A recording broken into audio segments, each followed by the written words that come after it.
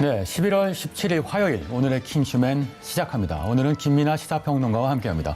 안녕하세요. 안녕하세요. 네, 안녕하십니까. 네, 자 검찰이 방역 지침을 어기고 광화문에서 집회를 강행했던 사랑제일교회 전광훈 목사에게 징역 2년 6개월을 구형했습니다. 자, 그런데 이번 구형은 그동안 문제가 됐던 광복절 집회보다는 4.15 총선 전에 사전 선거 운동과 관련이 있다고 합니다. 김민아 평론가 어떻게 보세요? 안타까운 일이죠. 네. 안타깝다. 네. 그렇습니다. 네. 선거운동은 법에 정해진 대로 해야죠. 이분 같은 경우는 4월 총선 전에 이 여러 가지 집회나 또는 본인은 이제 정치 평론이다라고 주장을 했는데, 우파 정당들을 시민들이 지지해줘야 된다. 네, 이렇게 얘기를 하고 이제 그런 활동들을 했는데 그게 이제 사전선거 운동이다. 선거법 위반이다. 이런 점에서 지금 재판은 진행되고 있는 거거든요. 네. 그리고 이런 활동들이 계속 해온 거에 대해서 사실 계속 논란이 있고 계속 재판이 있고 또 지금 말씀하신 대로 다른 이제 이런 광화문 집회라든가 이런 것에서 감염병 예방법 위반이라든지 이런 것들에 대해서도 계속해서 책임져야 될 일들이 많은 거 아니겠습니까? 네. 여러모로 안타까운 일입니다. 그러게요. 대한민국을 지키려고 했다 이런 말씀하셨다고 하던데 누구로부터 무엇을 지키려고 했는지 모르겠습니다. 자, 그럼 오늘의 이슈 먼저 살펴보겠습니다. 추미애 장관 정치적 야망 포기. 두 번째, 대한항공 아시아나 통합 세계 7위 메가 캐리어 탄생. 세 번째, 양정철 그가 움직인다입니다. 첫 번째 주제입니다. 추미애 법무부 장관이 정치적 야망을 포기했다 선언했습니다. 자세한 이야기 나눠보기 전에 관련 영상이 준비되어 있는데요. 보고 와서 이야기 이어가 보겠습니다. 다 들으신 다음에 질문에 답변해 주세요. 네, 그렇게 하겠습니다만 질문 그렇게 좀 자체가 정도껏 모욕적이거나 하십시오. 도발적이거나 근거가 그렇지 없다면 않습니다.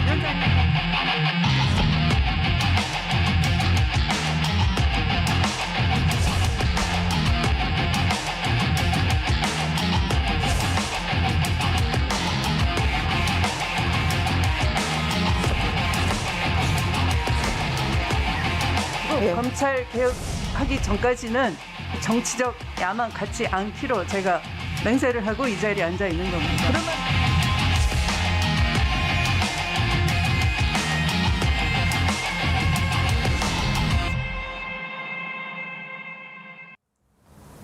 네, 이르면 이달 말 1차 개각이 있을 것으로 보입니다. 추미애 장관은 유임되는 것으로 가닥이 잡혔는데요.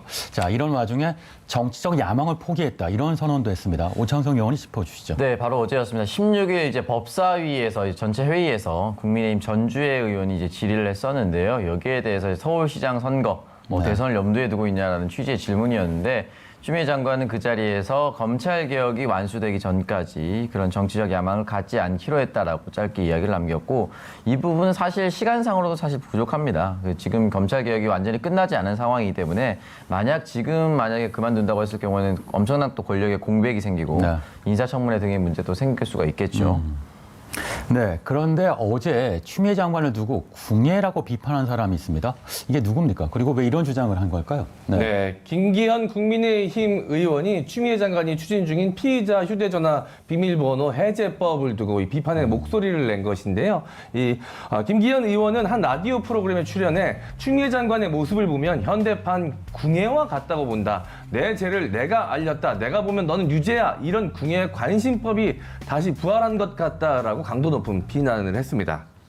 네, 이 궁예라는 단어 말입니다. 나오게 된 배경이 휴대전화 비밀번호 해제법을 두고 연일 논란이 일어나고 있는 겁니다. 이와 관련해 과거 인권을 중시했던 추미애 장관의 발언이 다시 한번 주목받고 있는데요. 과거 모습 보고 오겠습니다. 결국 죄형 법정주의의 근본적인 의의는 국민 개인의 자유와 권리를 보장하기 위해 승인되는 국가 권력의 자기 제한인 것입니다. 검사는 인권 감독관이죠. 국민의 인권을 옹호하기 위해 탄생한 기관이고 검사는 인권 옹호의 최후의 보루입니다. 국민의 인권을 최우선 고려하면서 인권 보호나 무죄 추정의 원칙에 대한 형사사법에서 국민이 가진 기본권을 우리가 지켜야 된다를 말씀드리는 겁니다. 네, 휴대전화 잠금 해제법, 비번 해제법, 강제해제법.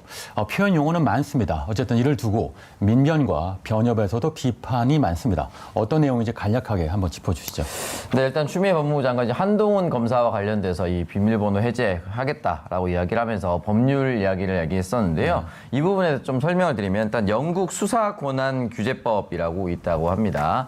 암호를 풀지 못할 때 수사기관이 피의자 등을 상대로 법원에 암호 해독 명령 허가를 청구하고 피의자가 불응하면 징역형에 처하도록 한다라는 이야기인데요. 네. 결국은 악의적으로 이 비밀번호를 숨기는 것을 제재하겠다라는 의지고요. 여기에 대해서 민변 그리고 변협 역시 함께 반발을 하고 있습니다. 네. 변협의 주장 같은 경우는 법치주의를 정면으로 위협하는 행위다. 헌법에 자기 이제 피의자 방어권을 부정하는 행위다. 라고 이야기를 남겼습니다. 추 장관이 주장했었던 이 수사권한규제법, 이제 RIP라고 하는데요. 이 부분에 대해서는 이제 공공복리라든지 국가안보, 범죄 예방 등 엄격한 요건을 갖추었을 때만 이제 공개할 수 있도록 법이 제정이 되어 있었기 때문에 네. 이 부분에 대해서는 좀 다툼이 좀 있을 것으로 보입니다. 네, 논란거리긴 합니다. 자, 그러자 어제 추미애 장관 검찰개혁 완수 전까지는 정치 야망을 갖지 않기로 맹세했다며 서울시장 및 대선 출마의 선을 그었습니다. 자, 김민하 평론가. 자, 검찰개혁 완수 전까지라고 했는데 이게 언제까지인지 구체적 기준이 있을까요? 아니면 서울시장과 대선 출마 모두 야망이 없다고 하는 걸까요? 어떻게 해석할 수 있을까요? 뭐 해석은 다양하게 있을 수가 있겠죠. 검찰개혁이 완수가 되는 거는 언제냐 말씀하셨듯이 네. 예를 들면 연내에 공수처가 출범할 것이다. 우리가 이렇게 가정했을 때 검찰개혁의 완성은 그러면 공수처의 출범인가? 아니면 그 이후에 어떤 여러 가지 일정들에서도 검찰개혁의 필요성이 있는 것인가? 네. 이걸 뭐 사실 누가 정하겠습니까? 네. 그래서 상황에 맞춰서 우리가 해석해야 되는데 다만 지금 이제 질의가 나온 거의 핵심은 일정을 쭉 보면은 네. 서울시장 보궐선거가 먼저 있는 것이고 대선은 뭐 2022년에 있는 거 아니겠습니까? 네. 그런데 여기에 이 과정에 정치적 야망을 버렸다고 얘기한 것이기 때문에 일단은 서울시장 재보선은 본인이 가지고 있는 정치적인 일정 표현이 들어가 있지 않다. 이제 네. 이렇게 봐야 뭐 맞는 해석이 될 것 같아요. 물론 이제 뭐 나중에 이제 혹시 상황이 변화해서 검찰 개혁을 뭐 빨리 완수할 수도 있겠지만 일단은 그렇게 봐야 될 것 같고 대선은 사실 지금 얘기를 다시 뒤집어 보면은 검찰 개혁이 어쨌든 완수가 된다고 가정했을 때는 이제 야망을 가지는 거니까 네. 대선까지 2022년까지 검찰 개혁이 어떤 방식으로든지 완수가 되지 않겠습니까? 그때까지 완수가 안 되면 사실 안 되는 거잖아요. 그렇죠? 네. 그런 점에서 대선은 상당히 좀 가능성을 많이 열어놓은 그런 발언이다. 저는 이제 이렇게 해석을 좀 하고 있습니다. 네, 말씀하신 것처럼 장관의 물러나는 어떻게 할 것이냐라는 질문에 그것은 알 수 없다라고 답을 했었으니까요. 자, 그런데 지난 12일이었습니다. 추미애 장관이 국회에서 민주당 소속의 정성호 국회 예결위원장으로부터 정도껏 하시라 이런 호통을 듣는 일이 있었습니다. 당시 모습 보고 오겠습니다. 원래 6월 초만 하더라도요. 윤 총장 지지율이 10.1%였어요. 그런데 7월 달에 우리 장관님이 수사지휘권 행사한 후에 14%가 됐어요. 그다음에 이제는 24.1%로 지금 1위가 됐습니다. 저는 이 지금 1등 공신이 우리 법무부 장관이라고 생각하시는데 이렇게 지지율을 올려놓고 이제 와서는 또 사퇴하라 그러면 앞뒤가 안 맞는 거 아닙니까? 제가 생각할 때는 오히려 국민의힘이 변변한 후보가 없어서 그 지지를 올려놓는다 하는 국민 여론도 있다고 들었습니다. 질문 아직 안 끝났습니다. 돈봉투 만찬 사건 장관님. 기억하고 계시죠? 그 장관님. 이후로는 또 그런 질문 아직 안 봉투성으로 끝났습니다. 지급되는 건 한 푼도 없습니다. 그렇게 쓰지 않습니다. 하시고 질문 다 들으신 다음에 질문에 답변해 주는. 네, 그렇게 하겠습니다만 질문 그렇게 좀 자체가 정도껏 모욕적이거나 하십시오. 도발적이거나 근거가 그렇지 않습니다. 없다면 지금. 위원장님께서 제재를 해주시기 바랍니다. 그런 질문 없었습니다. 장관 좀 협조 좀 해주세요. 네, 그렇게 하겠습니다. 네, 이후 추 장관은 자신의 SNS를 통해서 정성호 의원에게 장문의 편지를 보냈습니다. 그 내용을 두고 야당에서 반발이 좀 있었죠. 네. 친애하는 정성호 동지에게로 시작되는 이 편지 내용을 좀 말씀드리자면, 우리 국회가 시정해야 할 문제도 부정할 수는 없다. 장관에게 고성으로 반복된 질문, 답변 기회 주지 않고 윽박지르고 모욕을 주고 이런 행위가 바뀌지 않으면 심한 자괴감도 들고 지켜보는 국민 입장에서도 이 불편함과 정치 혐오를 가지게 될 것이라고 이 이야기를 이어가면서 같은 민주당 동지로서 너그러이 받아달라면서 이 편지를 마무리했는데요. 국민의힘에서는 강하게 반발을 했습니다. 궤변, 소음 이런 말까지 등장을 하게 됐는데요. 입법부와 국무위원 관계에서 이 경지라는 표현 자체가 성립이 될 수가 없다라면서 탄핵, 경질 이야기까지 등장을 했습니다. 네, 정청래 의원도 추미애 장관에게 응원을 보냈는데요. 좀 다른 맥락이죠. 자, 유명한 무소의 뿔처럼 혼자서 가라라는 말을 인용했습니다. 이것도 짚어주시죠. 네, 참 이 법무부 검찰 여기저기 무소 많이 등장합니다. 이 검찰 내에서도 네. 이 얘기가 나왔었죠. 윤석열 총장을 향해서 대전지검의 한 검사가 이런 이야기를 남겼었는데 또 이번에 또 추미애 장관을 향해서 정청래 의원이 이런 이야기를 남겼습니다. 정확한 워딩은 저항의 바람을 뚫고 무소의 뿔처럼 달려가는 사람이다. 사람이 되줬으면 좋겠다라고 네. 이야기를 했었는데 결국은 검찰 개혁입니다. 80% 8부 능선을 넘었다라고 이야기를 하면서 지금 고위공직자 수사처, 공수처라든지 그리고 검경 수사권 조정이 거의 이제 막바지에 다다랐습니다. 이 부분까지 끝까지 좀 지켜달라고 얘기를 하면서 누가 법무부 장관이 되더라도 지금 같은 암초를 맞춰놨을 것이다라고 이야기를 남겼습니다. 네, 검찰개혁 국면에서 법무부 장관이 추미애니까 공격을 받는 것이다. 이것도 정청래 의원 말입니다. 그런 공격을 받으면서도 법무부 장관이 추미애니까 여기까지 끌고 온 게 아닌가 싶습니다. 자, 어제 정부가 대한항공의 아시아나항공 인수를 결정했습니다. 이렇게 되면 대한항공과 아시아나가 통합될 뿐만 아니라 지인에어와 에어부산, 에어서울도 통합됩니다. 이로써 세계 7위의 수준의 대형 항공사가 탄생할 것 같은데요. 한번 짚어주시죠. 네, 이 두 항공사의 인수 합병이 성사가 되면 자산이 40조 원에 달합니다. 그렇게 되면 이 한진그룹은 전 세계 10위권의 초대형 항공 그룹이 되는 것인데요. 양사 운송량 단순 합산 시에 세계 7위권으로 순위가 급상승을 하게 됩니다. 항공기는 대한항공이 173대, 아시아나항공이 86대를 보유해서 합하면 250대가 넘어가게 됩니다. 네, 어마어마한 규모의 말 그대로 메가 캐리어인데요. 자, 이 과정에서 산업은행이 한진칼에 8천억 원의 자금을 지원한다고 하던데 이거 국민 혈세잖아요. 이거 무슨 얘기입니까? 일단은 이 부분에 대해서 이제 아시아나는 일단 법정 관리 신청을 한 지 꽤 오래됐었고 처음에 이제 HDC라고 하죠. 이제 현대에서 원래 인수를 하려고 하다가 네, 현대 코로나 산업개발. 직격탄을 맞고 네. 이제 사실은 이제 인수 포기를 했습니다. 네. 이 부분에 있어서 이제 국민의 혈세를 메워야 하는 안타까운 어쩔 수 없는 그런 상황들이 발생했는데 이 8천억 중에 5천억 같은 경우는요. 제3자 배정 유상증자로 인해서 제3자가 되기 때문에 이 5천억은 현 대한항공이 가집니다. 그래서 대한항공이 이 돈을 가지고 아시아나 지분을 인수하면서 이제 아시아나 지분을 인수하게 된 것이고요. 나머지 3천억 같은 경우는 이제 교환사채를 통해서 지원을 하게 됩니다. 네. 그렇게 되면서 산업은행이 가질 수 있는 권한이 있는데 경영평가위라든지 매년 윤리경영위를 열을 수가 있고 만약에 평가에서 미흡할 경우에 경영진의 사퇴를 요구할 수 있는 일종의 경영 참여권을 얻게 될 수가 있습니다. 네, 뭐 간단히 정리하면 산은이 한진칼에 돈을 넣고 한진칼이 대한항공에 돈을 넣고 대한항공이 아시아나에 돈을 넣는 구조인데요. 자, 그런데 독과점으로 인한 항공 운임료 인상 등 우려되는 목소리가 좀 있습니다. 운임료가 오를까요? 독과점이니까 오를 가능성도 있는데요. 태어나서 비행기를 한 두세 번밖에 안 타봤습니다. 그래서 뭐 운임료, 뭐 마일리지 이런 얘기 나오면 막 혼란스러워요. 네. 비행기를 뭐 몇 번 타본 적도 없는데. 근데 어쨌든 시사평론가지 않습니까? 네. 시사평론가 뭐 오만 거 다 얘기를 해야 되니까 말씀드리면 뭐 운임료가 오를 수도 있고 또 코로나19 상황이 심각하기 때문에 항공업계가 전 세계적으로 지금 불황이기 때문에 뭐 그런 면에서 뭐 그런 조치가 있을 수도 있겠죠. 다만 지금 어쨌든 산업은행이 상당한 자금을 지원하는 것이고 그것은 어쨌든 공적인 자금이 투입되는 거 아니겠습니까? 네. 그리고 이게 하필이면 한진칼을 통해서 지주회사인 한진칼을 통해서 이제 자금이 흘러가게 되고 산업은행이 한진칼의 지분을 소유하는 굳이 이런 그렇죠. 방식을 택한 네. 것은 결국은 이제 조원태 회장을 중심으로 하는 경영권에 있어서의 네.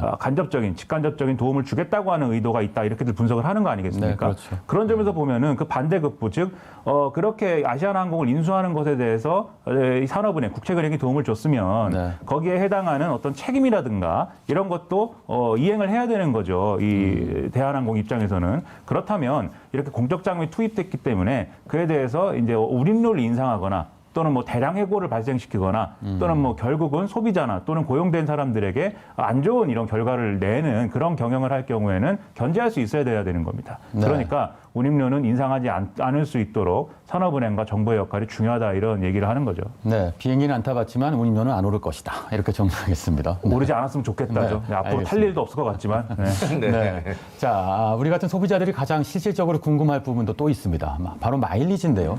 아시아나 마일리지 쌓아두신 분들 계속 사용할 수 있을지 이것도 한번 짚어주세요. 사실 이제 인수 기사가 나오고 나서 제일 먼저 쏟아졌던 기사가 이제 마일리지 어떻게 하느냐, 마일리지 소멸되는 것이냐 이렇게 네. 얘기했었던 기사들이 많았었는데 일단 최대현 산업은행 부행장 같은 경우는 이 소멸되지 않는다라고 명확하게 천명을 했습니다. 통합해서 사용할 수가 있고 네. 오히려 아시아나 마일리지 사용처보다 대한항공 마일리지 사용자가 훨씬 더 많았기 때문에 통합해서 사용했을 경우에 소비자들이 훨씬 더 마일리지를 이용하기 좋을 것이다. 라고 이야기를 했고 단계적으로 가지고 있는 LCC들이 있습니다. 진에어, 에어부산, 에어서울들은 세 가지 회사들은 이제 단계적으로 통합해 나갈 것이다라고 이야기를 남겼습니다. 네, 네. 제가 이제 또 개인적으로 마일리지 개미 아니겠습니까? 아하, 이 카드 네. 포인트를 마일리지로 바꾸는 거를 제가 서비스 이용을 하고 있는데 네. 이 시장에서 평가하는 가치가 조금 다릅니다. 아. 대한항공은 만약 예를 들면 1,500원을 카드를 쓰면 1마일리지를 주는데 아시아나 같은 경우는 1,000원 주면 1마일리지를 줍니다. 그러니까 대한항공이 좀 고가로 쳐지는 것이죠. 네. 그래서 이제 일반 사용자들 같은 경우에는 이 본격적인 인수합병이 이루어지기 전에 이 아시아나 마일리지를 빨리 써야 된다. 네. 합병이 되면 좀 더 저평가될 가능성이 있다라는 우려도 존재하긴 합니다. 아하, 네. 마일리지 전문가시군요. 네. 자, 하지만 대한항공 하면, 자, 일부 국민들에게는 여전히 땅콩 회항, 물컵 갑질 등 오너 갑질 이미지가 여전히 남아 있습니다. 이를 만회하려는 노력이 절실히 필요해 보이는데요. 어제 조원태 한진그룹 회장 이를 언급했습니다. 통합 이후 무엇보다도 양사 임직원들의 소중한 일터를 지키는 것에 최우선의 가치를 두고 모든 역량을 집중하겠습니다. 그간 불미스러운 일들로 인해 국민 여러분께 심려를 끼쳐드린 점 저희 가족을 대표해 깊이 사과드립니다. 네, 아시아나 인수를 앞두고 여론을 많이 고려한 것 같습니다. 자, 갑질 논란을 사과한 것일까요? 아니면 지난 남매의 난과 모자의 난에 대한 사과일까요? 자, 김민하 평론가 어떻게 보십니까? 뭐에 대한 사과냐? 그건 제가 아니고 조원태 회장한테 물어봐야 되는데 총체적인 사과겠죠? 네, 물어본다고 해도 뭐 제대로 답할지. 근데 우리가 사과하기 싫은 일에 대해서 사과를 할 때는 네. 그런 거 있지 않습니까? 뭐든지 하여튼 잘못했습니다 이렇게 얘기하지 않습니까? 그리고 구체적으로 뭐에 대해서 잘못했느냐 이렇게 물어보면 네. 뭐 이것도 잘못했고 저것도 잘못했다 이렇게 얘기를 하는 건데 네. 또 조원태 회장 입장에서는 사실 뭐 본인이 대한항공과 이 한진그룹 잘 이끌어보겠다라고 하는 마음이 있겠죠. 그 마음이 있겠지만 사실 또 지금까지의 과정에서 이 대한항공도 그렇고 아시아나항공도 그렇고 결국은 오너 리스크 때문에 계속 기업이 안 좋은 상황에 이른 그런 과정이 있었던 거거든요. 거기다가 네. 이제 코로나19라는 이런 악재가 터진 것이기도 하지만 그런 점에서 이제는 사과가 아니라 뭔가 실질적인 어떤 행동으로 좀 뭔가 우리가 개선할 수 있다는 것을 보여줘야 되는 것이고 사실 산업은행이 이렇게 자금을 투입해서까지 대한항공을 사실상 좀 나아지게 할 수 있는 그런 방안을 찾아주는 것도 그런 의미가 실려있지 않겠습니까? 그래서 저는 뭐 사과를 하는 건 좋은데 그리고 뭐에 대한 사과인지 분명치 않은 것도 어쩔 수 없는 일이 뭐 어쩔 수 없는 부분이 있다고 생각하지만 네. 이제는 행동으로 보여줘야 된다 이런 생각을 합니다. 네, 이제는 오너 리스크에 책임을 지고 책임 경영을 해야 할 때인 것 같습니다. 자, 일각에서는 정부와 4년이 한진그룹 총수 일가의 특혜를 제공하는 것이 아니냐 이런 비판도 있습니다. 하지만 경영 성과가 미흡할 경우에 경영진 퇴진을 요구할 수도 있다고 하던데 이거 한번 꼭 짚어주세요. 네, 최대한 산업은행 부행장이 지난 16일 온라인 브리핑을 통해서 이에 대한 계획을 내놓았습니다. 이 경영 성과 미흡할 시 경영진 교체, 해임 등의 계획을 가지고 있다라고 이야기하면서 사내 갑질 논란을 일으켰던 조현민, 이명희 등 계열주 일가는 윤리경영 조치에 적극 협조하고 항공 관련 계열사 경영에는 참여하지 않기로 합의했다라고 언급을 했습니다. 네, 정확하게 선을 그었네요. 자, 이번 합병은 대한항공이 땅콩 갑질과 남매난이라는 과거의 오명을 벗고 선대로부터의 사문 중에 하나입니다. 수송복을 입증할 기회입니다. 그 기회를 국민의 혈세로 허락했다는 사실을 잊지 말아야 하겠습니다. 자, 세 번째 주제입니다. 민주당 총선 전략 밑그림을 그렸던 양정철 전 민주연구원장이 다시 움직이기 시작했습니다. 최근 민주당 이낙연 대표, 이재명 경기지사를 비롯해서 정세균 총리, 임종석 전 대통령 비서실장까지 회동했다고 하는데요. 내년 4월 서울 그리고 부산시장 보궐선거를 앞둔 시점이라 물밑에서 정치 기지개를 켜는 게 아니냐 이런 기대가 나오고 있습니다. 짚어주세요. 네, 일단 언급했었던 사람들은 사실 이번 정권 들어서기 전부터 양정철 원장이 개인적인 친분이 있었던 사람들이라고 볼 수가 있겠죠. 지난 총선 같은 경우는 민주연구원장으로 취임을 해서 사실은 선거를 막후에서 진두지휘했었다 또는 뭐 면전에서 지휘했었다라고 볼 수가 있었는데 그 당시 선거 전략을 잘 짜서 결국엔 이제 선거 범여권이 180석 정도를 얻지 않았습니까? 네. 거기에 대한 분명한 긍정 평가가 있을 것인데 분명히 그 상황에서 또 안 좋은 잡음도 있었습니다. 이 잡음과 성공 어떻게 바라볼 것인가에 대해서는 민주당 지지자들의 판단일 것 같은데 일단 내년 4월 선거를 준비하려면 사실 지금부터 준비하는 게 맞습니다. 전체적인 어젠다 설정이나 가장 중요한 핵심 슬로건 그리고 선거 후보자를 어떻게 선출할 것인가 등등의 문제가 남아 있는데 지금 아무런 직함이 없습니다. 아무런 직함이 없는데 돌아와서 무엇을 할 수 있을 것인가. 네. 만약에 직함이 없는데 돌아다닌다는 건 대놓고 이제 막후 정치를 하겠다는 것이거든요. 그렇다면 분명히 비판에 직면할 수 있으니까 들어와서 공식 직함을 받거나 네. 이런 부분에 대해서 분명한 논의가 있을 것입니다.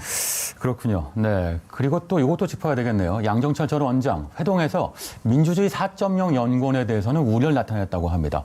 민주주의 4.0은 김경수 경남지사를 밀어주기 위한 것이다. 이런 전망, 분석도 있었는데 이거 어떻게 보세요? 아무래도 이제 민주주의 연구소 4.0이 이제 친문 의원들 중심, 특히나 현직 의원들 중심으로 만들어졌었던 정치 연구소이기 때문에 그렇게 보일 수 있다라는 것을 우려한 것 같습니다.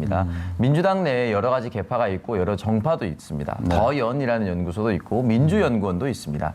근데 여기에 대해서 이제 특히 현역 의원들 중심으로 똘똘 뭉쳤기 때문에 처음부터 이것이 친문 대선 후보를 옹립하기 위해서 만든 거 아니냐. 이런 의심스러운 눈치로 보신 분들도 있는데 여기에 대해서 양정철 전 원장도 비슷한 의심의 눈치 또는 경계의 눈치를 보냈다라고 볼 수가 있고요. 이건 앞으로 어떻게 변형될지는 아무도 모르는 것입니다. 그렇기 때문에 조금 더 지켜볼 필요가 있습니다. 네, 계파 정치를 우려했다. 이렇게 정리할 수 있겠군요. 자, 문 대통령의 복심이자 문재인 정부 개국 공신으로 알려져 있는 양정철 원장. 그래서인지 대통령 비서실장 하마평에 꾸준히 이름이 거론되고 있습니다. 이번에도 역시 노영민 비서실장 후임으로 기용돼서 문 정권 마지막 비서실장으로 활약할 것이다. 이런 설이 나오는데 김만평론가 어떻게 보세요? 그것은 이제 문재인 대통령 마음이죠. 네. 마지막 비서실장을 누구로 쓸 것인가. 네. 근데 그런 관측은 사실 이 문재인 정권 초기부터 있었습니다. 마지막에 비서실장은 결국은 이제 양정철 원장이 할 것이다. 워낙 이제 복심이라고 하고 임기 말이 되면은 아무래도 그동안의 성과를 마무리하면서 좀 정리하는 의미의 우리가 야구로 치면 마무리 투수 역할을 할 그런 사람이 사실은 청와대 비서실장이라든지 이런 역할을 맡아야 되는 측면이 하나가 있고 두 번째는 이제 이른바 레임덕 국면이라고 하면은 관료들이 통제가 안 되고 또 청와대를 중심으로 한 여러 가지 뭐 비리라든지 이런 것들이 불거질 수 있는 여러 가지 뭐 조건들이 형성되기 때문에 그런 것들을 막기 위해서라도 우리가 흔히 얘기하는 좀 그랩이 센 인물 그리고 또 대통령과 가까이 있는 인물 이런 사람들이 좀 마지막 비서실장을 맡는 게 좋다라고 흔히 얘기를 하죠. 다만 이런 경우에 또 흔히들 뭐라고 하냐면 순장조라고 얘기를 합니다. 순장조라는 게 과거의 악습인데 어떤 중요한 사람이 이제 세상을 떠났을 때 같이 뭐 살아있는 사람을 묻어버리는 그런 끔찍한 전통이 과거에는 있었나 보죠. 예, 굉장히 오래전입니다. 뭐 얼마 전이 아니니까 여러분들이 이해를 해주시고. 근데 그런 거에 비유해서 정치적으로 이제 문재인 대통령하고 운명을 같이 하는 이런 사람들을 이제 마지막에 청와대 참모진으로 놓고 순장조다 이렇게 부르는데 이 순장조들은 이후의 정치 일정을 자기 전망으로 가져가기가 조금 어려울 수도 있어요. 그렇기 때문에 양정철 원장이 정치를 하고 싶은 마음이 있을 텐데 저는 있다고 보는데 그런 것까지 감안하면 문재인 대통령이 양정철 원장의 어떤 정치적 미래라든지 이런 것까지 감안해서 결정할 수도 있는 거거든요. 그래서 어떻게 될 것이냐 결론은 또 문재인 대통령 마음이다 이런 얘기입니다. 네, 근데 사실 마무리 투수의 역할이라고 하는 것은 결국은 이번 게임을 승리로 이끌고요. 그리고 다음 게임도 이어달리게 할 수 있는 그런 역할이잖아요.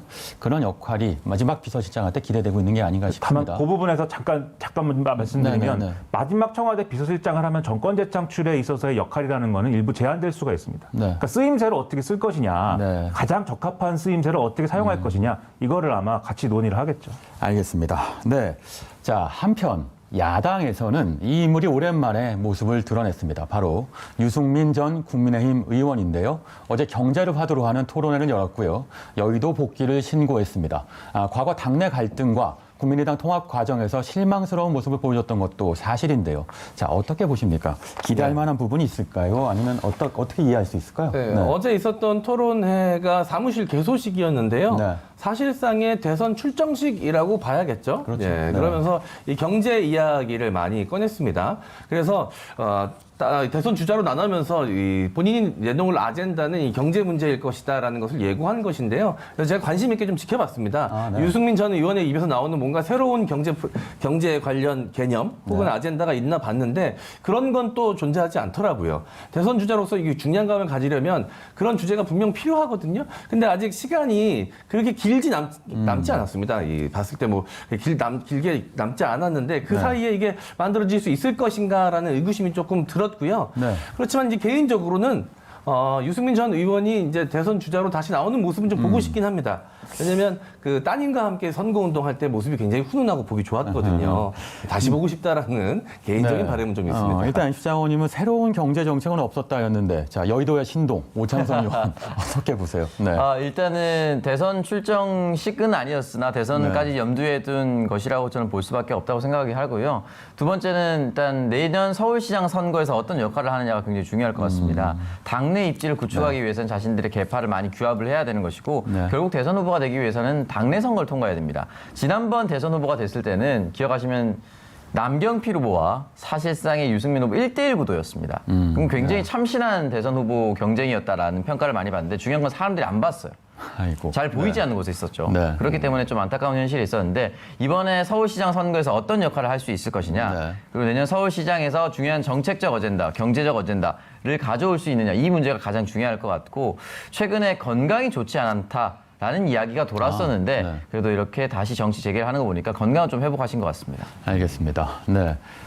정치적 야망을 포기했다 선언한 추미애 장관 얘기부터 중요한 시기에 재등장한 양정철 전 민주연구원장의 소식까지 오늘의 이슈에서 자세하게 짚어봤습니다. 지금까지 이슈킹이었습니다.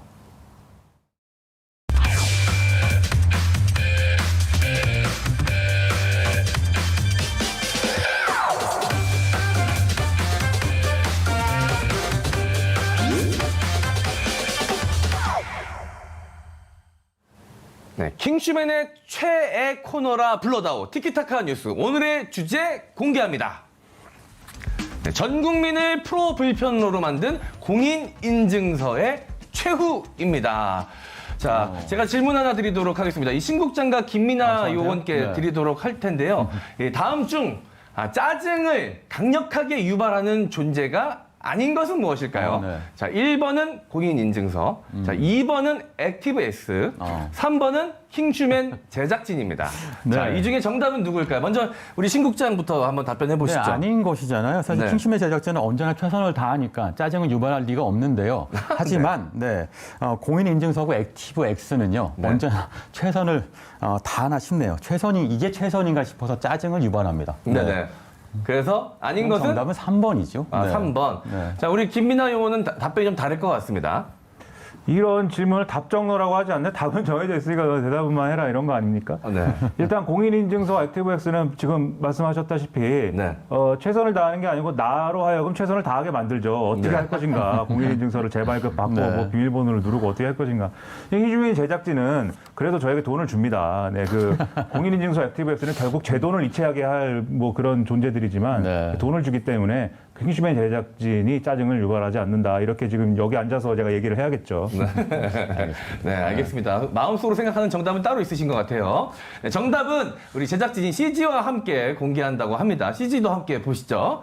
자, 새 휴대전화를 개통하고 이 뱅킹 서비스를 이용하려고 하는데 이 공인인증서가 없어서 다시 등록해야 하는 상황 여러분들 많이 있었을 겁니다. 그런데 이 비밀번호가 생각이 안 나서 암호를 다시 기억해야 하는 이 상황들 엄청나게 짜증이 나는 상황입니다. 이러다 잘못 누르면 5회밖에 기회가 없거든요. 한 번 실패하고 2번 실패하고 3번, 4번 한 번밖에 기회가 안 나왔을 때의 그 당혹스러움 결국 5번 다 했는데 다 실패해서 다시 공인인증서를 만들러 은행에 홈페이지에 들어가면요. 공인인증서를 달라 그래요. 공인인증서를 만들어 들어왔는데 공인인증서가 필요하다고 얘기하니 얼마나 답답합니까? 그래서 제가 액티브엑스 깔고 인증 프로그램 깔고 보안 프로그램 깔고 다시 자기 인증하고 만듭니다. 공인인증서를 만들어요. 그래서 은행 가잖아요. 그럼 그 은행에서는 다른 은행에서 만든 공인인증서는 또 인정을 안 해준다고 또 다시 이것을 인증하래요. 그래서 또 액티브엑스 깔고 또 보안 프로그램 깔고 다시 자기 인증하고 이렇게 힘든 과정을 통해서 은행 업무 하나 합니다. 그렇게 해서 보내는 돈이 한 3,000원 정도 돼요.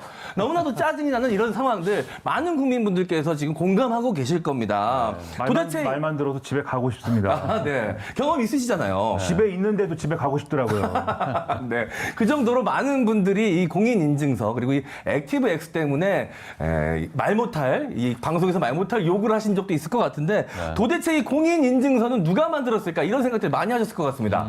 네, 이 공인인증서를 만든 분의 얼굴 사진이 인터넷으로 돌아다니면서 많은 사람들의 욕을 먹을 정도로 이 공인인증서 분노를 자아나게 했었는데 네. 공인인증서의 출범이라고 할 수 있는 시작은 1999년입니다. 이 전자인증법을 개정을 하면서 도입한 것이 바로 이 전자서명, 공인인증서라고 볼 수가 있습니다. 이 공인인증서 같은 경우는 전자서명 또는 인감, 지장 등의 사인을 효력을 지니고 있고요. 그리고 인터넷 뱅킹이나 전자정부 서비스 등에서 널리 사용이 됐다라고 합니다. 특히 이 때문에 전자상거래 등이 활성화됐고 하지만 20년 넘게 사용하다 보니까 여러 서비스에서 이 공인인증서만 요구하게 돼서 다른 것은 인증되지 않는 그런 상황에 놓이면서 예전에 한창 천송이 코트 중국에서 못 산다 뭐 이런 것들도 불거지면서 굉장히 크게 논란이 된 적도 있습니다. 네. 자, 어쨌거나 저쨌거나 이 최근에 들은 가장 기분 좋은 소식, 그동안 전 국민을 이 불편으로 만들었던 공인인증서가 올해 12월 폐지된다는 사실입니다. 사실 공인인증서와 액티브엑스 폐지는 과장 조금 못해서 이 검찰개혁에 맞먹는 문재인 정부의 공약 중 하나였습니다. 다들 기억하실 겁니다. 제가 살짝 보탠 겁니다. 과장을 보탠 겁니다. 네, 2020년 5월 20일 공인인증서 폐지를 주요 내용으로 하는 전자서명법 정부 개정안이 제20대 국회 본회의를 통과함에 따라 올해 12월부터는 다양한 전자서명 서비스가 활성화되게 됩니다.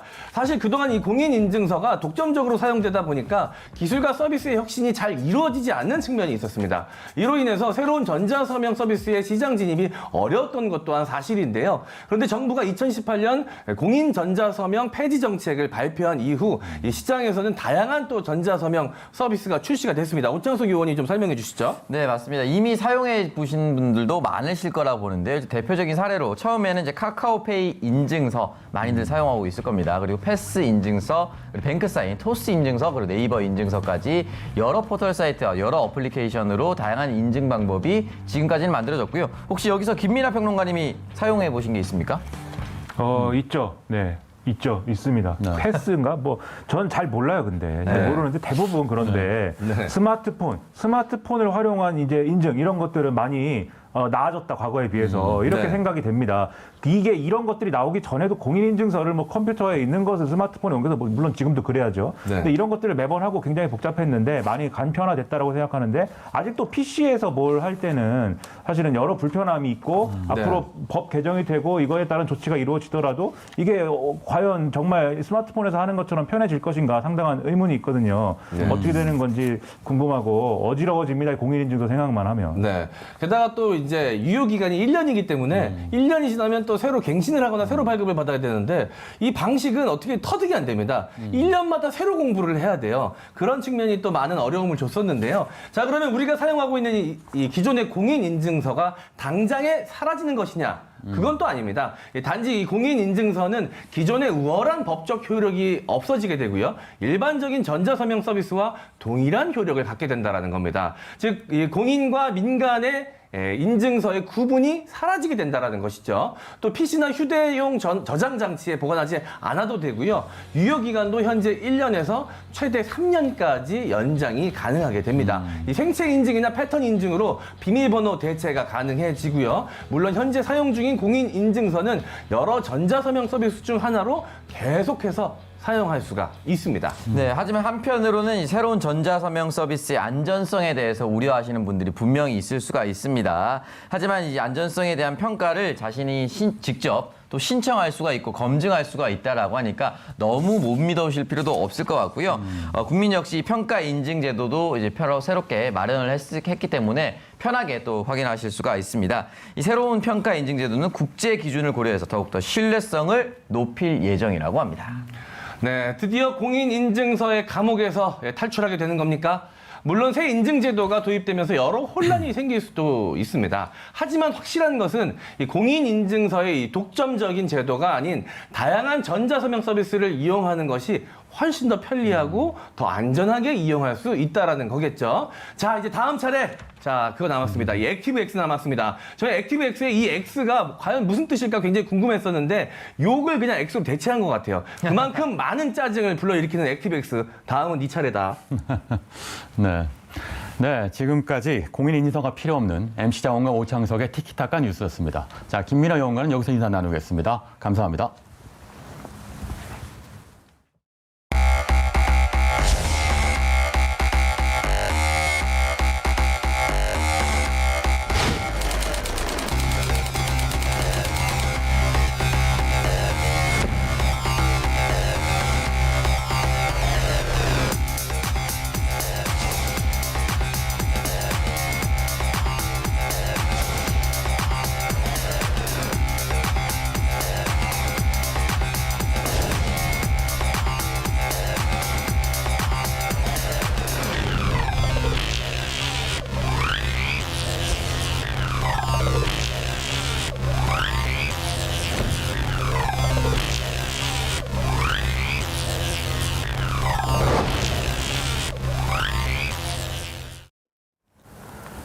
네, 오늘의 킹덤 주제, 정말 싸다고? 세계 블랙 프라이데이입니다. 블랙 프라이데이, 어디서 유래됐습니까? 네, 한국에도 추석 대목, 설 대목이 있죠. 미국에도 추수감사절 대목이 있습니다. 매년 11월 넷째 주 목요일 다음 날인 금요일이 바로 블랙 프라이데이고요. 이날을 이제 블랙 프라이데이라고 지칭을 하는데요. 마트나 회사 같은 경우는 재고들을 해서 좋고 소비자 입장에서는 연말 보너스 받아서 굉장히 큰 할인율의 물건을 마음껏 소비욕을 뽐낼 수 있는 그런 시즌이라고 볼 수 있습니다. 네, 지금 안 사면 손해인 것 같은데 사실 안 사면 더 이익이잖아요. 자, 블랙 프라이데이는 미국에서 시작됐지만 다른 나라도 상징적인 쇼핑 대축제가 있습니다. 요거 짚어주세요. 네, 세계 국가를 좀 비교를 해보도록 하겠습니다. 일단 중국에 광군절이 있다라고 하는데요. 날짜는 11월 11일입니다. 싱글의 날이다라고 하는데요. 광군제라 불리는데 2009년 알리바바가 처음 시작하면서 대성공을 거두자 중국의 할인 행사일로 자리 잡게 됐습니다. 멕시코의 부엔핀이 있는데요. 혁명 기념일을 전후로 하는 쇼핑 행사입니다. 2011년부터 행사가 진행돼서 멕시코의 블랙 프라이데이로 불리고 있고요. 한국에는 미국의 블랙 프라이데이를 벤치마킹한 코리아 세일 페스트가 있습니다. 올해는 11월 1일부터 15일까지 정부와 전국 17개 광역지자체가 지원하는 가운데 온 오프라인으로 함께 진행이 됐습니다. 네. 자, 여기서 잠깐 킹슈맨에서 스타일을 또 담당하고 있는 제가 이 쇼핑에 대해서 그냥 지나칠 수가 없겠죠. 이 블랙 프라이데이 때 해외 직구를 하시는 분들도 많을 텐데요. 자, 이와 관련된 킹덤 퀴즈 나갑니다. 다음 중 통관되지 못하는 품목은 무엇일까요? 자, 1번 19금 제품, 2번 명품 모조품, 3번 꿀 1kg. 자, 오창석 요원, 본인이 갖고 있는 거나 많이 갖고 있는 물건 이야기하지 마시고요. 자, 이 질문에 맞는 해답을 풀어보시기 바라겠습니다. 제가 꿀은 가져온 적이 있습니다. 네. 네, 꿀은 가져온 적이 있습니다. 호주 워킹홀리데이를 다녀오면서 네. 꿀은 가져온 적이 있기 때문에 꿀은 일단 아니고요. 밀수하셨나요? 아니, 그냥 정식적으로 그냥 들고 올 수가 있습니다. 그렇군요. 또 2번 경험이 있네. 해외 모조품은 네. 그 어떠한 경우도 저는 안 된다고 봅니다. 뭐 몰래 숨겨오시는 분들은 있겠지만 네. 해외 모조품은 뭐 정식적으로는 당연히 불가능하다고 생각해서 2번 일단 포함되고요. 네. 1번 19금 제품이 좀 애매한데 네. 판매가 된다는 거 아니겠습니까? 해외에서는. 네. 네, 그럼에도 불구하고 이 세일 기간에는 안 될 것 같습니다. 그래서 정답은 1번, 2번.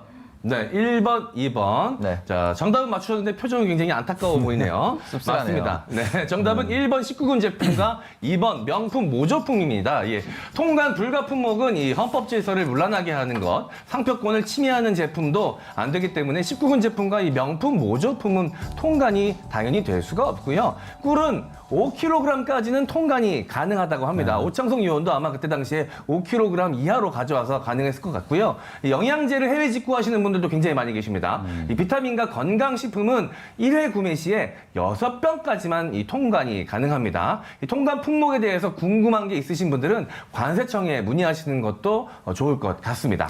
네, 여기까지 들으신 시청자 여러분들은 그러면 올해 블랙 프라이데이는 언제냐 궁금하실 텐데요. 올해 블랙 프라이데이는 11월 27일 금요일이 될 겁니다. 자, 코로나19 이전과 이유가 좀 다르다고 하던데 이거 한번 짚어주세요. 네, 아무래도 올해 이 불프는 코로나19 때문에 지출 규모나 소비 패턴이 조금 달라질 것으로 보이는데요. 한 글로벌 컨설팅 기업의 이 설문조사를 보니까 응답자의 45%가 이번 홀리데이 쇼핑 기간에 온라인으로 상품을 구매하겠다라고 답을 했습니다. 월마트 같은 경우는 추수 감사절 당일에 휴점하는 것에 대해서 동의를 했습니다. 그만큼 온라인에 좀 많이 힘을 실어주겠다는 의미로 보이고요. 일부 기업 같은 경우는 코로나19로 인한 이 사회적 거리두기를 좀 강화하기 위해서 사람들이 많이 몰리는 걸 좀 방지하려고 세일 기간을 좀 늘리겠다는 것에 동참하기도 했습니다. 근데 사실 매년 불프마다 이제 영상을 통해 보시겠지만 많은 사람들이 커다란 쇼핑카트에 큰 그 가전제품을 싣고 뛰는 모습을 많이 보셨을 네, 거예요. 전쟁난 줄 알았어요. 네, 네. 불프의 상징과도 같은 네, 사실 네. 그런 모습들인데 올해 같은 경우는 지금 미국이 뭐 한 6일 만에 확진자가 100만 명 정도가 나왔기 때문에 이제 그때처럼 그렇게 줄을 서서 아니면 한 공간에 많이 몰려서 쇼핑하는 모습은 좀 보기 어렵지 않을까 싶은 생각이 듭니다. 네, 저도 이 세일 기간을 노려서 원하던 물건, 평소에 생각하던 물건을 좀 구입해야겠다라고 마음 먹고 있다가도 워낙 바쁜 일정을 소화하는 바쁜 방송인이다 보니까 까먹을 때가 있습니다. 네. 그럼 너 왜 이렇게 크게 웃으세요? 예, 저 바쁩니다, 나름. 예. 킹심에서 스타를 동의해서 그런 담당하신다더니. 겁니다. 네.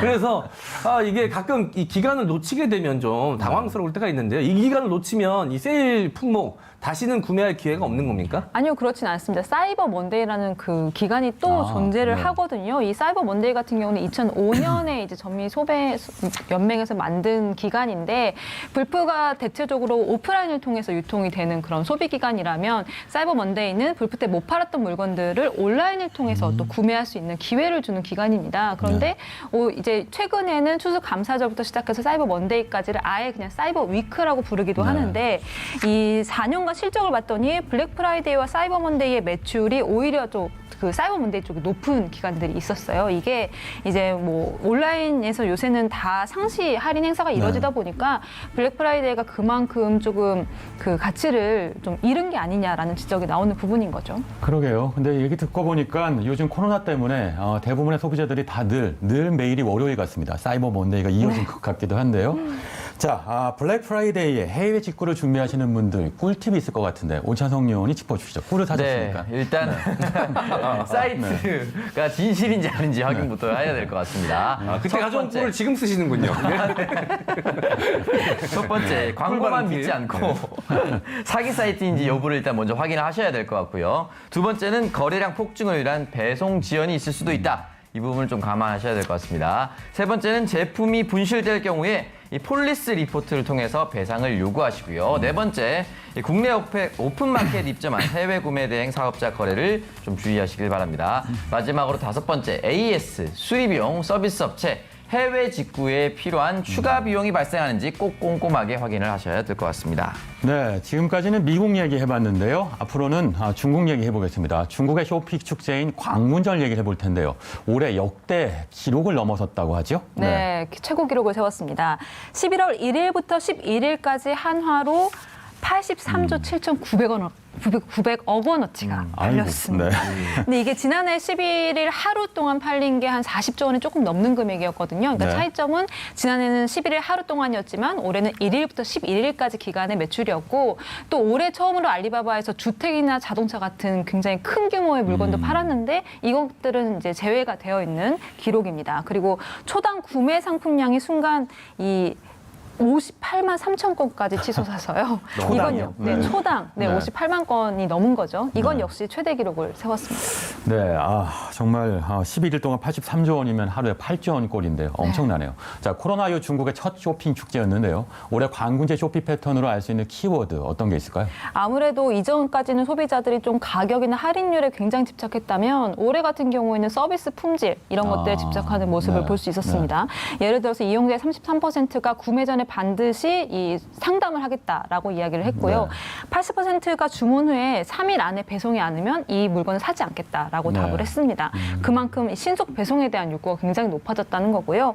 그리고 실제로 1시간 안에 신상 스마트폰을 받아볼 수 있는 서비스가 있는데 네. 이게 지난해에 비해서 400% 가까이 늘었어요. 그래서 이런 부분들도 이제 좀 특징이라고 볼 수 있었고 해외 여행을 갈 수 없는 코로나 때문에 갈 수 없는 부호들이 이제 이 여행 욕구를 소비에 푸는 겁니다. 네. 그래서 온라인을 통해서 이 명품을 대량으로 소비한 건 역시 이번 관군제의 소비 패턴 중에 하나라고 볼 수 있습니다. 네. 네.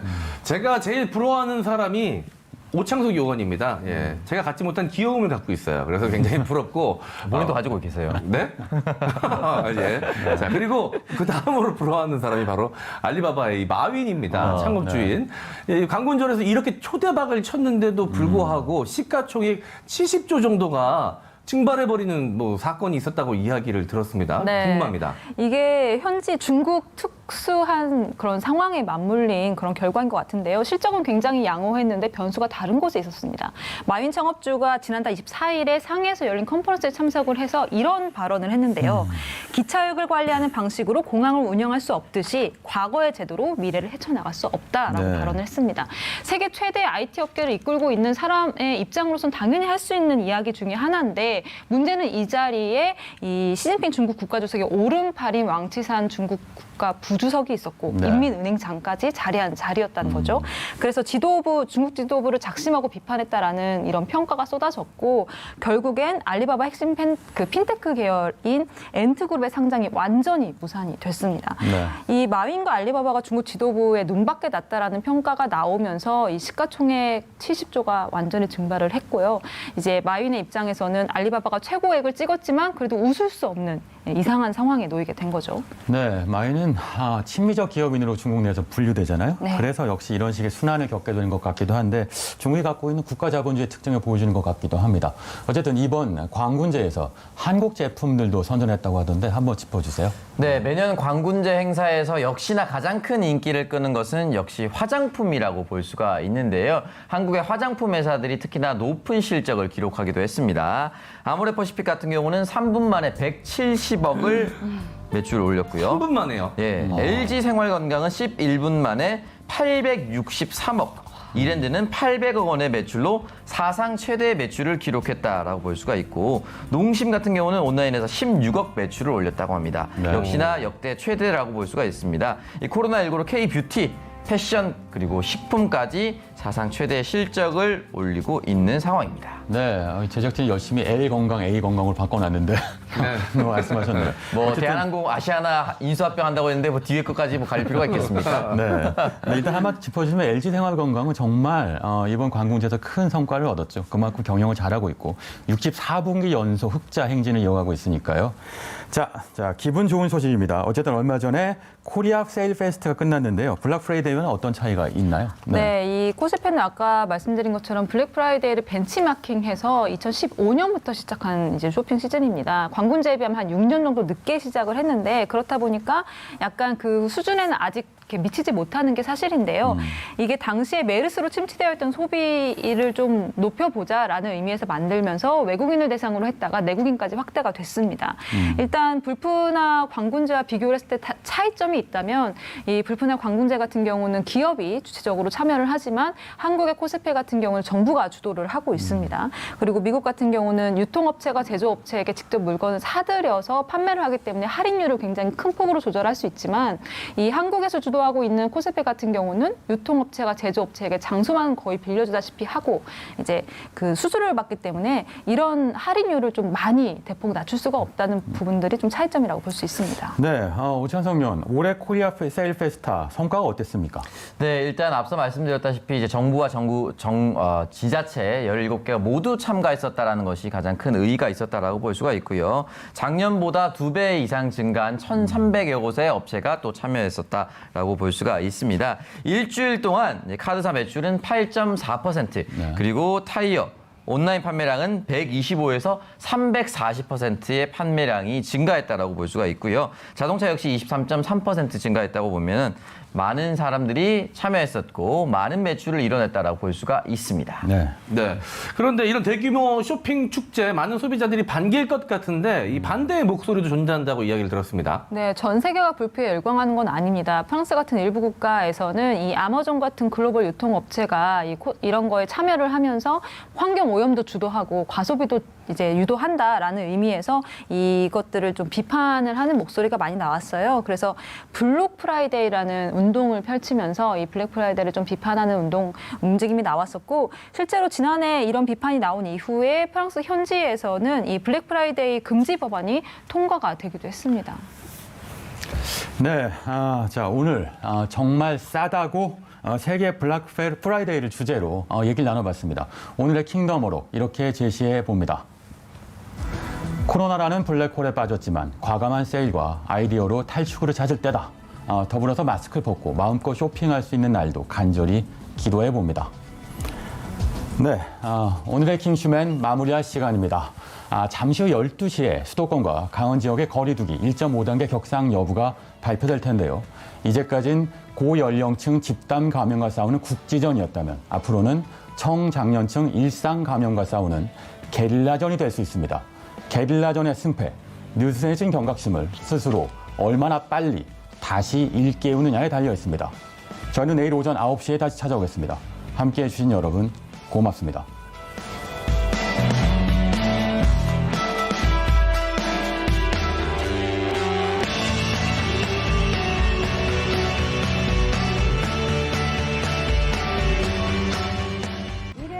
일해야 돼, 이제. 일하죠. 일은 끝이 없어요. 저요?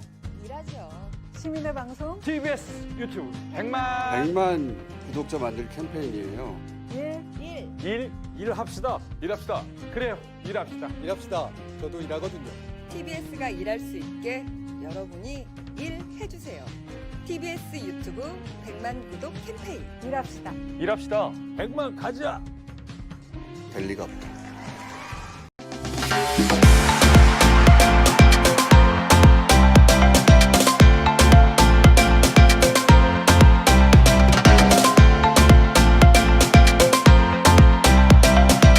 TBS